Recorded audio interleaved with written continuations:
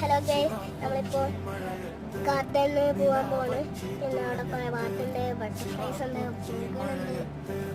നിലാവഞ്ചി തുഴഞ്ഞെത്ത് ചിറാപ്പുഞ്ചി മഴയത്ത് നിലാവഞ്ചി തുഴഞ്ഞെത്ത് ചിറാപ്പുഞ്ചി മഴയത്ത് നിലാവഞ്ചി തുഴഞ്ഞെത്ത്